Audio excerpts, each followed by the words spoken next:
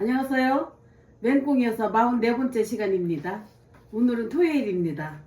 토요일은 새벽 6시에 동네 공원에서 제가 생활체조를 지도하고 있습니다. 회원들이 한 30명 정도 되는데 한 15년 넘은 것 같아요. 매주 토요일 주말 강사로 그렇게 봉사하거든요. 봉사로 그렇게 운동을 지도하고 있는데 저도 좋고 또 회원들도 좋아하고 해서 또 오래되다 보니까 서로 친근하고 해서 혼자 있는 것보다는 그래도 여럿이 어울려서 운동하고 즐기는 인생이 더 좋은 것 같아서 꾸준히 제 건강 허락하는 나는 꾸준히 하려고 합니다. 그럼 오늘 또 44번째 저의 일기장을 공개하겠습니다. 제목이 김동현 치과 치료 시작입니다. 첫날 치료 시작입니다. 아유, 제가 이 치과를 지금까지 그냥 그렇게 다니고 있습니다. 9시 반에 며느리가 치과에 가자고 하면서 왔다. 늘 혼자 다녔었는데 혼자보다는 함께 하니까 참 든든하고 고마운 생각이 들었다. 병원을 찾아가니 깨끗하고 친절했다. 성남에서는 부분적인 사진을 찍었는데 여기서는 전체적인 사진을 찍어본다. 의료 시설이 다른 것보다는 좀 좋은 것 같았다. 사진 찍는 것을 직접 컴퓨터로 보면서 설명을 해 주시는데 내가 볼 줄은 모르지만 사진상 형편없어 보였다. 의사 선생님 설명이 전체적으로 치아가 약한 편이지만 특히 아래 치아들이 한 개가 다 왔으니 뽑을 것은 뽑고 뿌리가 쓸 수 있는 것은 살리자고 해서 임플란트는 경비가 많이 나오니까 부분 틀리를 하라는 것이다. 부분 틀리도 경비가 300만 원이란다. 속으로 큰 걱정은 됐지만 나도 어쩔 도리가 없었다. 작은 아들 대학 갈 때부터 급격히 치아가 안 좋아져서 최대한 싼 걸로만 치료하고 여기까지 버텼었다. 앞에 4개를 뽑고 임시 치아를 하고 모든 경비는 또 임시 치아 앞에만 하는데 12만 원을 달라고 하더라고요. 12만 원을 계산을 하고 5년 정도 쓴 것 같았다. 그것도 5년 정도 동네에서 그게 임시 치아를 했던 거예요. 5년 정도 있다가 또 다시 뽑고 또 다시 하는 거죠. 다른 사람들은 상상도 못 하겠지만 하여간 난 지금까지 살면서 의사들도 볼 때마다 놀라곤 한다. 제 치아가 그렇게 약한가 봐요. 의사 선생님들도 보면은 놀라곤 하더라고요. 너무 안 좋다고. 창피한 생각도 들었다. 진료가 10시부터 시작을 했는데 다 끝나니까 12시 반이나 되었다. 3개를 뽑고 2개는 뿌리만 살리고 앞에 임시 치아 빼내고 피가 나니까 솜을 한 입 물고 나와서 거울을 보니 얼굴이 퉁퉁 부었다. 장시간을 기다려준 며느리가 고맙고 수고 많이 한 것 같았다. 며느리 얼굴을 보니까 많이 의지가 되었다. 혼자서 말도 못하고 기다리느라고 힘들었을 텐데 그래도 며느리가 있어서 한결 마음이 편했다. 너무 힘들어서 집에 가서 쉬고도 싶지만 죽을 병은 아니니까 사업장으로 나왔다. 아들과 며느리, 작은 아들이 자꾸 쉬라고 해서 계속 문자가 왔지만 300만 원 계산할 생각을 하니 쉴 수가 없었다. 지금보다 더 힘들었을 때도 가게문을 닫은 적은 없었다. 오늘은 정말 마음도 힘들고 몸도 힘든 하루였다. 이렇게 기록했습니다. 2011년 3월 22일입니다. 다음은 며느리와 사랑의 쌀 나누기. 일을 마치고 7시에 며느리랑 공동체에 갔다. 쌀을 10포를 싣고 오면서 어려운 사람들에게 쌀을 나눠주었다. 며느리가 거들어주니까 한결 좋고 또 수월했다. 내비게이션을 나는 작동을 잘 못했었는데 며느리가 도와주니까 진짜 편리했다. 은주씨는 오금동에 살다가 정부에서 용서민들에게 제공하는 임대 아파트로 이사를 했다. 마천동 쪽으로 갔는데 가보니까 정말 집이 훌륭했다. 집까지 들어가서 집도 구경하고 차도 대접받고 나왔다. 차 한잔하고 나왔다. 또 김 목사님도 이사를 했다는데 찾아가 보니까 상가 건물 2층으로 이사를 했는데 교인 20명 정도 앉아있으면 꽉 찰 것 같았다. 아주 좁더라고요. 교회 강당이. 지하에서 이제 너무 비가 새고 힘들어서 2층을 얻으셨는데 2층에 그렇게 10명 정도 앉으면 그냥 꽉 찰 정도로 아주 작은 교회더라고요. 지난 여름에 지하에서 비가 너무 새서 얼마나 육체적인 고생과 마음고생을 했던지 지난날 고생한 얘기를 하면서 김 목사님은 눈물을 자꾸 흘린다. 그런데 문정동과 마청동은 분위기가 완전히 딴판이라는 곳이다. 생활 수준도 낮고 사람들의 마음도 너무 강박해서 앞으로 교회를 부흥을 시키는 데 많은 어려움이 있을 것 같아서 걱정이라고 하시며 꼭 기도를 해달라고 당부를 하신다. 옛날에 함께 교회 다니던 시절에 김 목사님을 떠올려 보니 마음이 아팠다. 얼마나 이쁘고 피부도 고왔었는지 남편 사랑도 많이 받고 지금의 김 목사님 얼굴을 보니 피부도 거칠거칠하고 화장빨도 안 받는 것 같으다.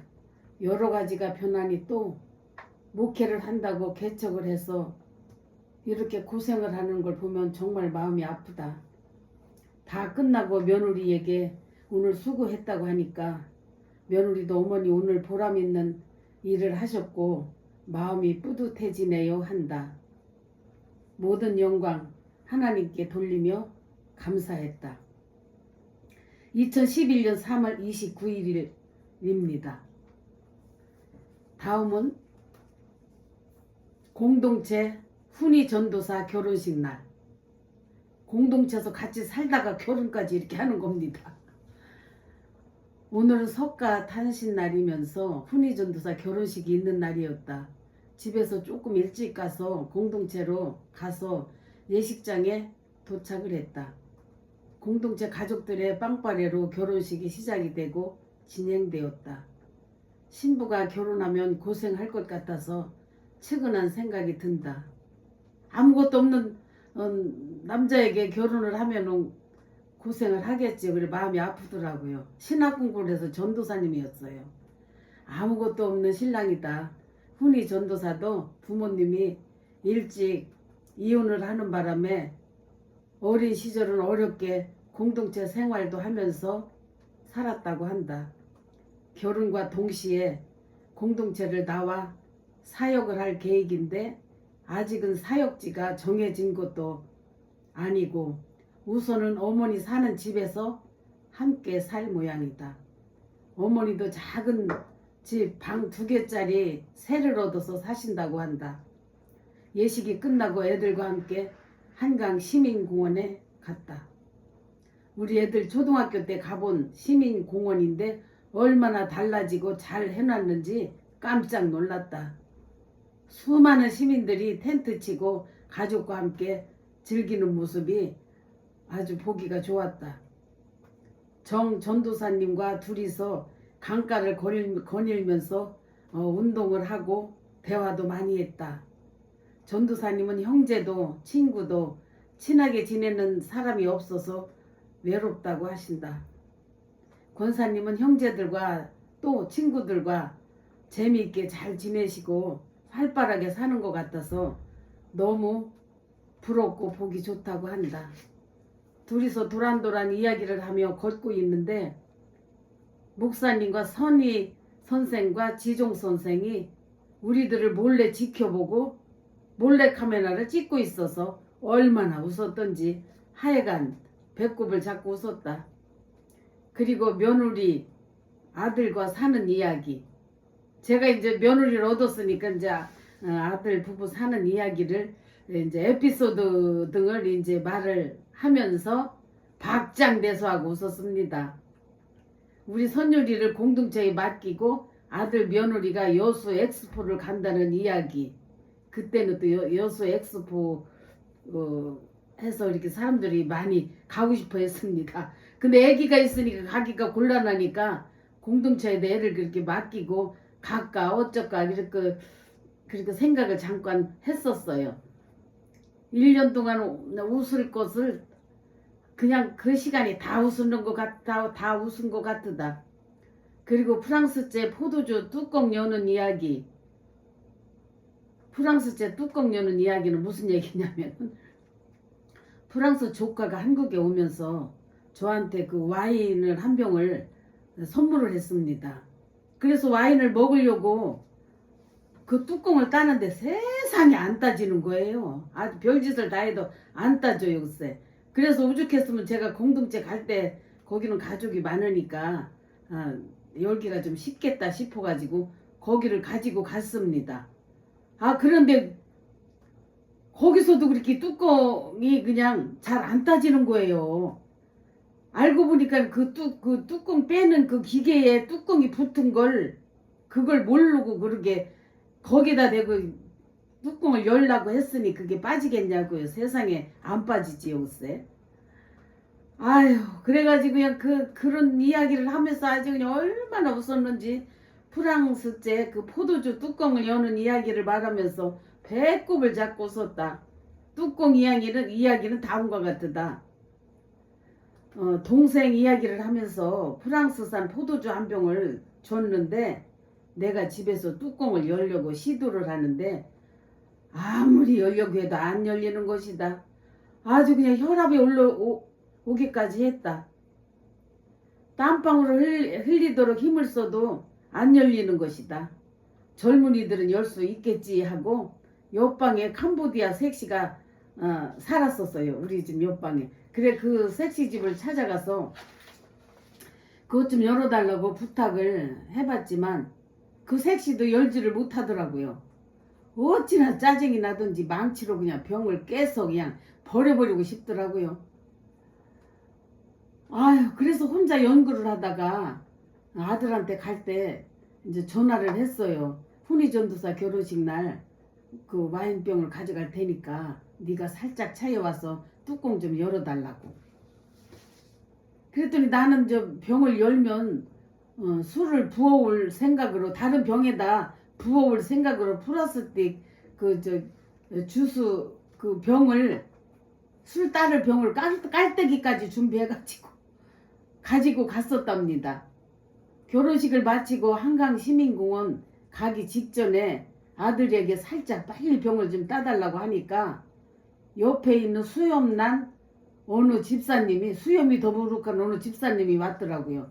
부탁을 아들도 못 열으니까 이제 그분한테 부탁을 하는 것이요. 집사님 와인병 딸 수 있어요? 한다.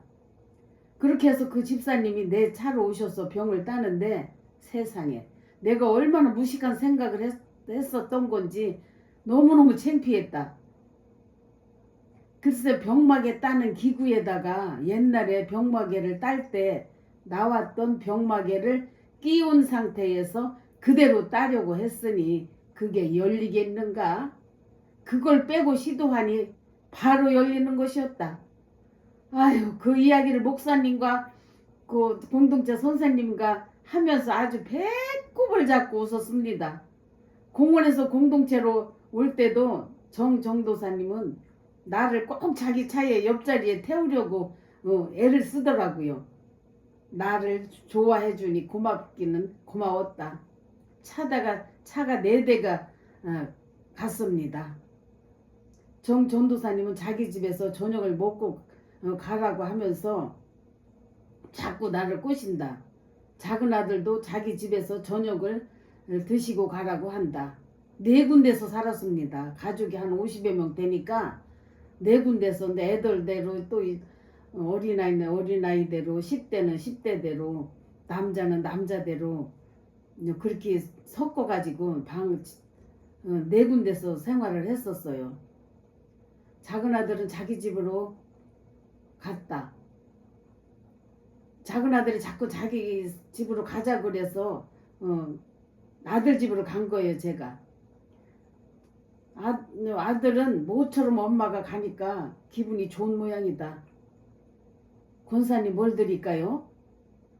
우리 아들은 공동체 가면 엄마라고 안 불러요. 거기는 또 엄마 아빠가 없는 애들이 많으니까 그 엄마라는 단어만 들으면 애들이 상처받을까봐 절대 엄마라 소리를 안 해요. 그냥 남처럼 권사님이라고 말하지, 평범하게.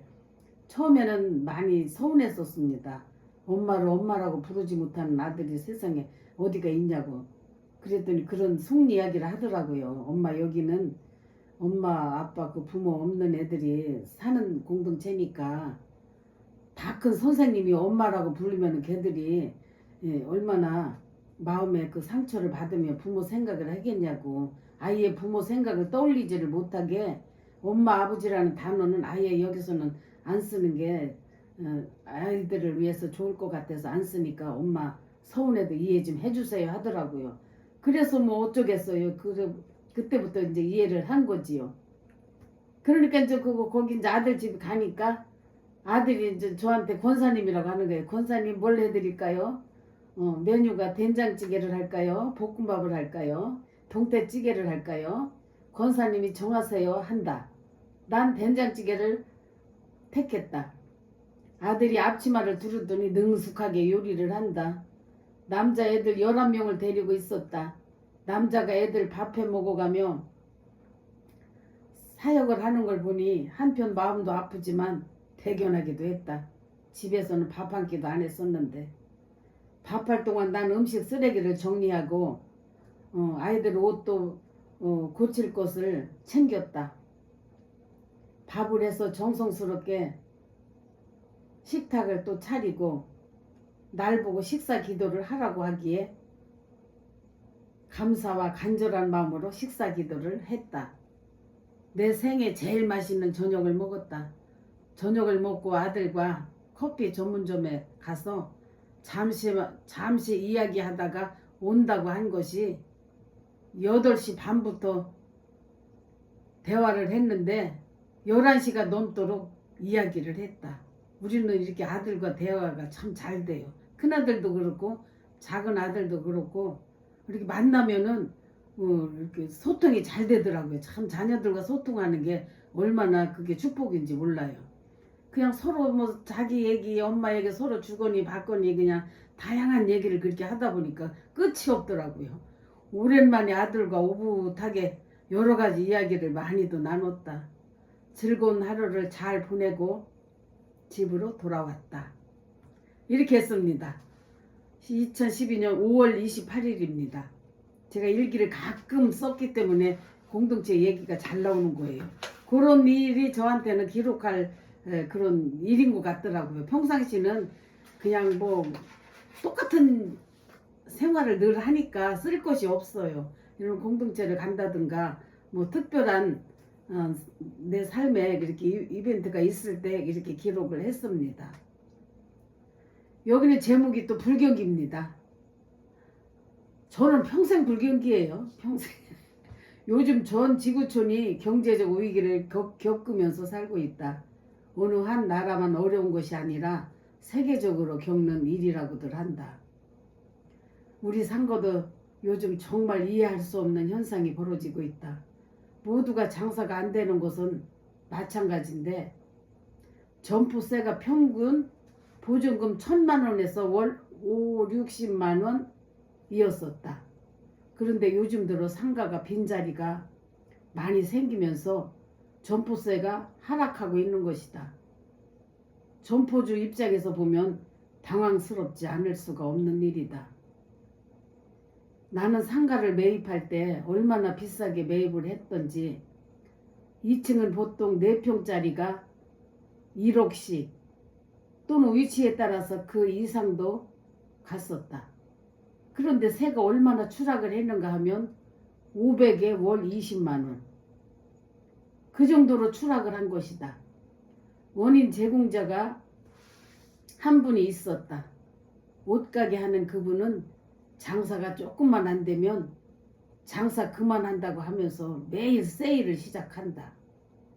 그러다가 장사가 조금만 되면은 점포정리 딱지를 딱 떼고는 정상 영업을 한다. 아주 장사꾼이지요, 이분은. 지금도 장사하고 있습니다. 지금 80대요. 지금 81살인가 됐을 거예요. 그런 식으로 서너 번을 써먹었었다. 이분에도 8월 초에 이달 말까지만 하고 장사를 그만한다고 점포 정리 세일 딱지를 여기저기 사방에 붙여놓고는 점포주에게 전화를 해서 장사가 너무 안 되니까 가게를 빼달라고 했다고 한다. 올 들어 우리 상가가 군데군데 빈자리가 생기고 있는 형편이다. 그분은 한 열흘 정도 점포 정리를 하다가 다시 점포주에게 전화해서 가게세를 깎아주면 하겠다고 한다. 점포주를 아주 갖고 노는 거예요, 이분이. 그러니까 저는 점포주 입장에서는 되게 그런 분이 이렇게 좋게 보이지가 않더라고요. 그분 때문에 가게세가 자꾸 내려가는 것 같은 그런 생각을 했었습니다. 그렇지 않으면 빈 가게가 많으니까 옮기겠다고 점포 주인에게 엄포를 놓는다. 점포주는 순간 정말 그런가 하고 가게가 비어있는 것보다는 빈 가게도 점포주가 관리비를 매달 15만 원을 내야 한다.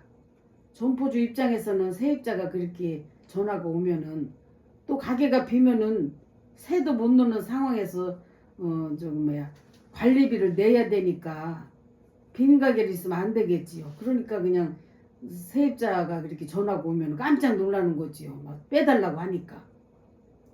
그러다 보니까 점포주가 그렇게 하시라고 한 모양이다.